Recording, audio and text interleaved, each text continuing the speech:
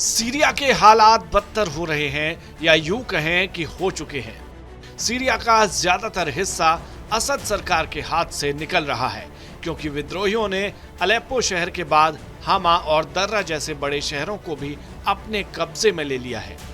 विद्रोहियों का अगला निशाना होम्स शहर है जिसकी तरफ वे बढ़ रहे हैं।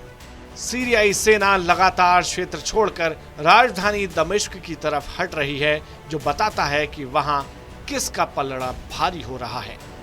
सेना के पीछे हटने के साथ ही सैन्य बेस और छूट गए सैन्य हथियारों समेत दूसरे उपकरणों पर विद्रोही गुट कब्जा जमा रहे हैं।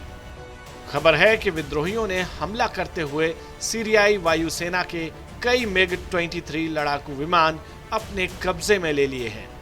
अगर ऐसा है तो स्थिति वाकई में असद सरकार के हाथ से कभी भी निकल सकती है और हो सकता है कि आने वाले 1-2 दिनों में वे कहीं देश छोड़ने की स्थिति में ना पहुंच जाएं। वैसे तो सीरिया में कई आतंकी संगठन या विद्रोही संगठन एक्टिव हैं, लेकिन जो इस विद्रोही जंग में उतरे हैं उनमें से सबसे प्रमुख में से एक है हयात तहरीर अल शाम यानी कि HTS।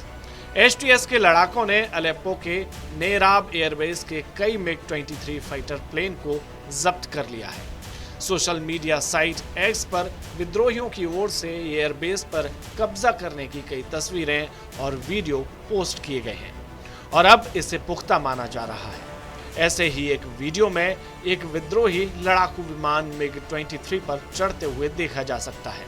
बता दें कि वीडियो में विमान चालू हालत में नहीं लग रहे हैं। कुछ युद्ध ट्रैकिंग और ओपन सोर्स इंटेलिजेंस यानी कि OSINT अकाउंट्स के मुताबिक इनमें से कम 4 विमानों के साथ साथ अज्ञात संख्या में L-39 और Mi-8 हेलीकॉप्टरों को भी जब्त कर लिया गया है, जबकि अन्य ने कहा कि विद्रोहियों ने कई हवाई ठिकानों पर लगभग 7 MiG-23 को जब्त कर लिया है। हालांकि इन दावों की किसी ठोस सोर्स से पुष्टि नहीं हो सकी है।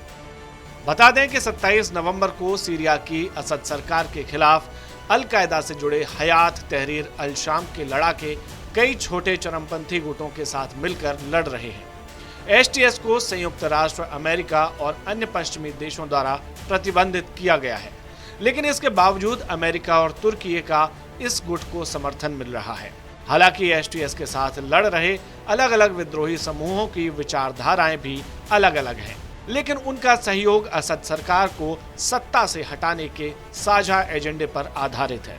वहीं असद सरकार को रूस, ईरान सहित क्षेत्र की शिया मिलिशियाओं का समर्थन भी हासिल है, जो काफी दिखाई नहीं पड़ता। अगर विद्रोही इस जंग में सफल होते हैं तो सीरिया का हाल क्या होगा कोई नहीं जानता।